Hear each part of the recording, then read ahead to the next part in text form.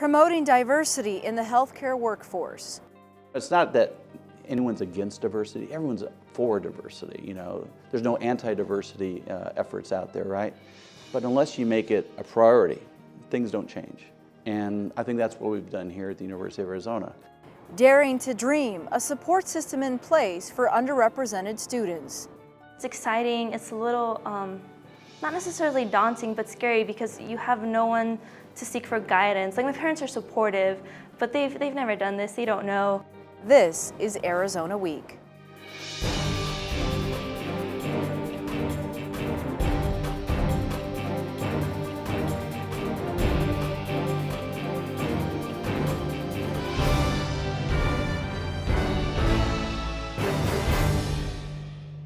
Hello, and thanks for joining us.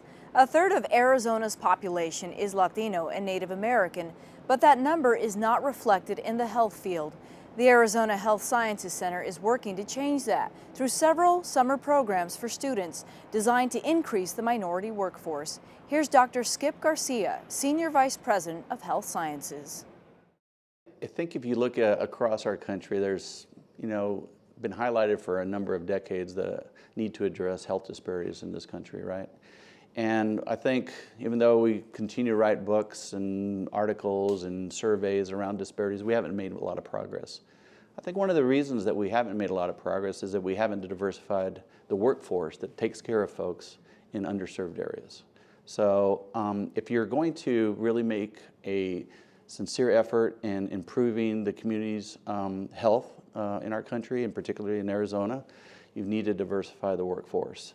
There's a lot of studies as well, I'll just tell you, that have shown that if you're an African-American doc and taking care of an African-American patient, that patient does better with a person of color. Same for Latino patients. If you're a Latino patient that has a Latino doc, you do better. You take your medicines more often. So the health improves.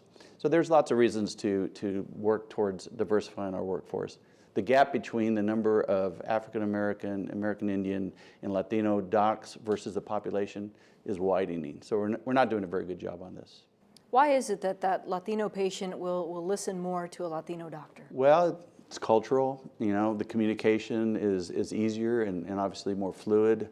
The trust component is there. Those are all really important elements in the care of a patient, so you're more compliant with your medication, more likely to make your clinic visits. All of those things are elements into improving care.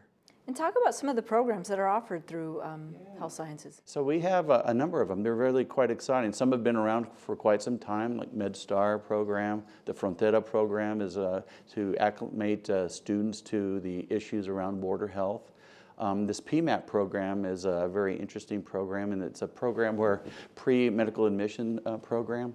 So we bring into this program students that from disadvantaged backgrounds and disadvantaged educationally, disadvantaged financially, and bring them into the program and have them take a year of courses in which they finish with a master's in cellular molecular medicine that prepares them for a career in medicine. So it's a way of preparing students for a career in medicine and allows them to do well in medical school. So that's a really high impactful program. And just to finish that off, the program we just started this summer is called Blazer. So Blazer is a program that recruits underrepresented minorities, Latinos, Native Americans, African Americans, to a research experience here at the University of Arizona. Because if you look at the graduation rates for students of color that have had a research exposure, graduation rates go much, much higher. So from 60% to 90%, for example. So an exposure to research is highly impactful. And the other reason is, as we mentioned just a second ago, we want students to be thinking about careers in health professions. And so if you do a research experience, get exposed to a mentor that's from one of the health science colleges and can provide that sort of mentorship for their career, the likelihood is that they'll have impact, and we can start diversifying the number of health professional students we have here. By all accounts, you seem to be the driving force behind these efforts. Well, why push it? I don't know that I'm the driving force, but I am hugely supportive and passionate about this issue. In my career, I'm a Latino from El Paso, Texas, so I'm sort of been no stranger to the Southwest and no stranger to the staggering disparities that exist in Arizona and in the border states. We need to be doing things a little bit different.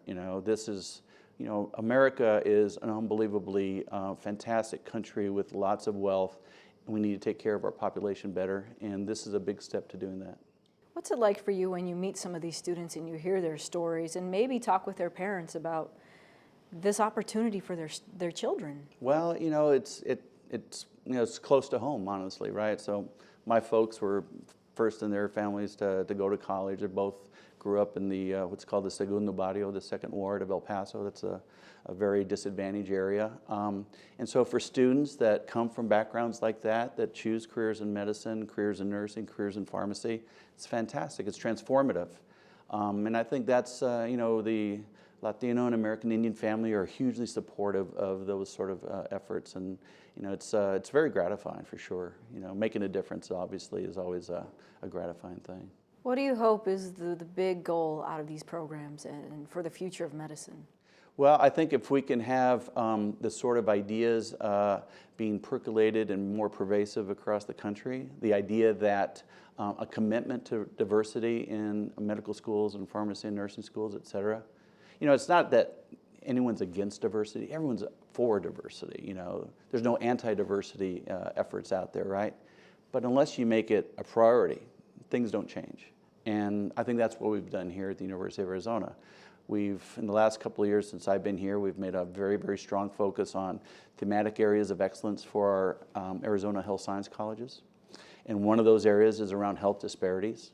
And I've just mentioned that, you know, in order to address that, you need more diversity in the folks that are caring for those patients and the folks that are thinking about the research for those folks. And so, you know, this is a point that we're prioritizing at the University of Arizona, and it's important for us, I think. So, you know, we look to be leaders in the nation on how to pull all these things together to improve the health of our Arizona communities. And now 2 first-year medical school students who say the programs have prepared them for a rigorous and fulfilling medical school experience. Well, Malini Chauhan, a first-year medical student from Yuma, and Sylvester Moses, a first-year medical student actually from Tucson here as well. Thank you so much for being here. Thank you for having us. Pleasure to be here. Let's start with you, Malini. Tell me, why are you here at the U of A Medical School? What did this program do for you to spark your interest? Well, the U of A has a lot of border health initiatives because we're so close to the border, and myself coming from Yuma, I was always really interested in advocating for migrant health. And the university offers a lot of programs, especially in Frontera, which is focused on the research area. They do a lot to educate pre-medical students about border health issues and rural health issues. So, and I know that the College of Medicine here kind of continues and builds upon that. So I was really interested in coming here for that reason. And Sylvester, tell me about the PMAP program that you were a part of. So the PMAP stands for Pre-Medical Admissions Pathway. It's the first time that it's been implemented here at the U of A. Well, actually, my cohort was the very first to go through it. And what it is actually you go through it for 1 year. You can come out with a CMM or Cellular Molecular Medicine master's degree. And once you pass the PMAP requirements, you can go directly into medical school here at the Tucson University, University of Arizona College of Medicine. And you're a first-year medical student, but you already have an idea of which direction you'd like to head, is that right? That's correct. My ultimate goal is to work for the San Carlos Apache tribe, because I'm a member there, to provide healthcare for them. We really need healthcare physicians. There isn't any San Carlos Apache tribal members as physicians on our reservation. So I think that we need it as just to be a role model for our youth, and we just really need the healthcare to be provided for our people. And Malini, do you plan to return to the border region to actually practice one day? I'm considering it. I'm actually interested in a lot of different avenues that I think make me accessible to underprivileged populations. So I'm also interested in prison health. There's a big prison economy in Yuma as well. I'm also interested in learning about how physicians work in detention centers. Is another thing that makes a large part of the economy in the Southwest. I'm interested in working with migrants. We do have a significant refugee and asylee population here in Tucson as well as in Phoenix. So it's something that I'm considering, but I also have a lot of other interests in working with underserved populations. Did Fronteras really spark your interest in working with these underrepresented groups? Frontera definitely sparked my interest for working with undocumented migrants and working with people coming in from Mexico and other countries in South America and Central America. My interest in other populations has been more sparked by other volunteering and community experiences that I've had. Sylvester, do you think about where you might be without this program? Without the PMAP program, well, it would be harder to get in for sure. I've been out of school for a very long time. I have a PhD actually, and the last actual classes that I took was in 2007.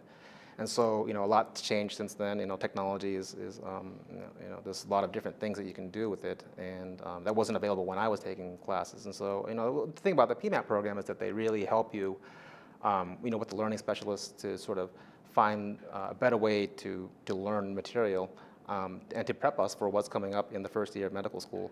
And I'm really grateful for that. And Milani, would you recommend this program to other children or other students in your community from the Yuma area? The Frontera program, definitely. I think that Frontera contextualizes border health disparities in a way that is very academic, very rigorous, and very hands-on. And even for someone that lived almost on the border, maybe not quite to the extent as, say, Nogales, which is literally situated on the border, but there were some things that in that program that I didn't even think about while growing up in Yuma. So it was very, it brought a new perspective for me, and I would definitely recommend it to anyone. Wonderful. Thank you both for your insight. Great. Thank you. Thank you. The newest program launched in June. It's called Blazer, a paid research opportunity that offers a hands-on experience.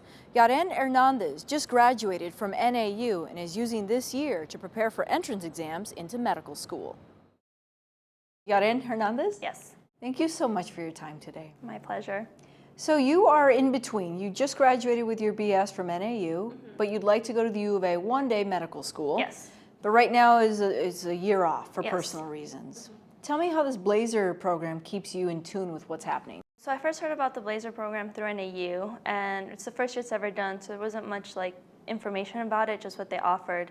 And they offered a summer research job, GRE prep courses, and MCAT prep courses, which really interested me because I took the MCAT before, and I wasn't well prepared, and I just wasn't well guided. So I applied and I got it, and it just fills in the gaps for whatever you're missing. So for the MCAT, we have a lot of resources, a lot of information. Research is good experience, you get good recommendation. We have a lot of seminars for minority health disparities. We've interviewed doctors. We've had personal statement seminars. So overall, it's just kind of whatever you need, whatever's missing, whatever you're not sure, it's just there to help and guide you and offer you resources and teach you. Are you hopeful that this program will keep you in tune with how the industry's changing and what you need to do to be prepared?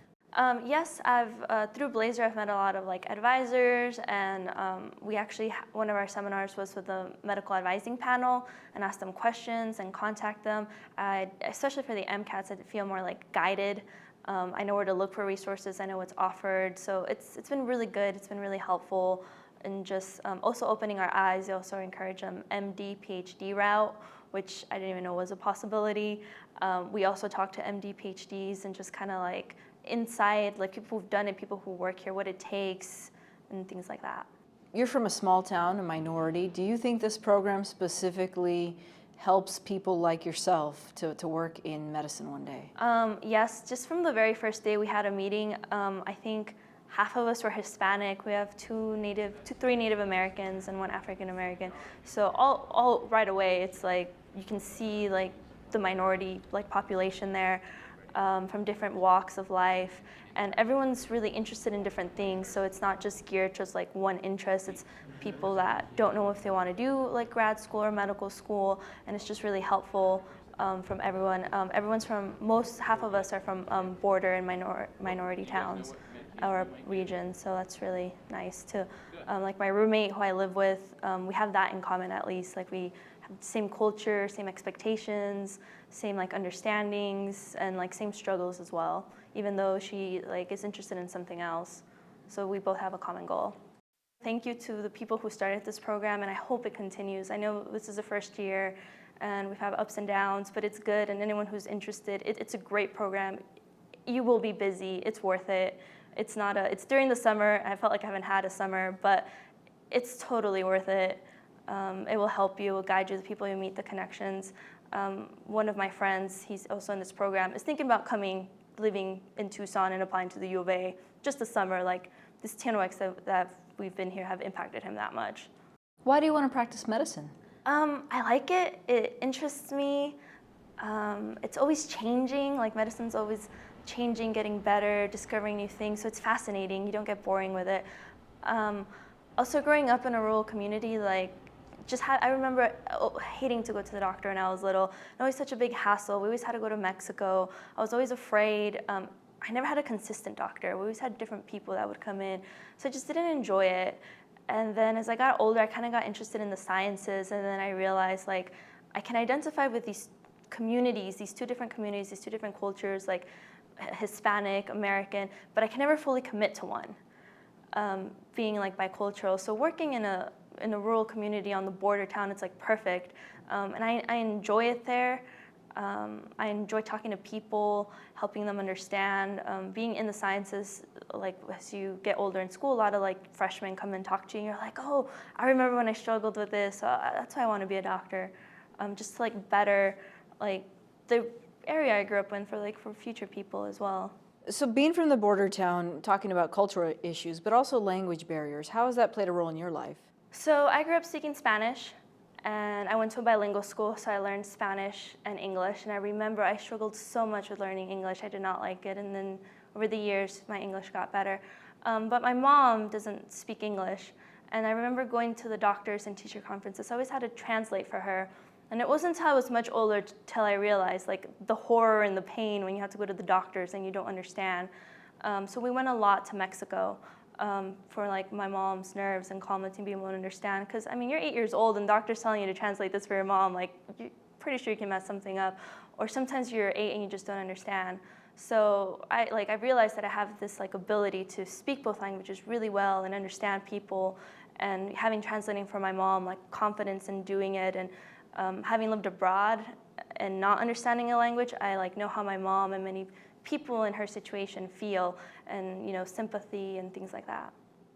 This is new for you, a new area for you to venture in, representing your family.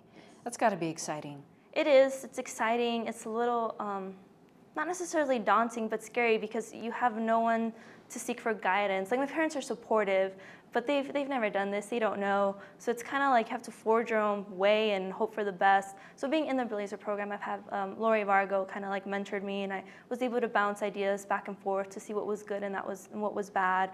And I can like go back to my parents, and they're like, yeah, that sounds great. So that's also really nice being in this program, having like guidance and advisors who know the program, the systems, the way medical field works, and seeing that you're making the right choices. Because I feel like I could have easily, what I think would be right, and if no one tells me, I could make a wrong turn somewhere.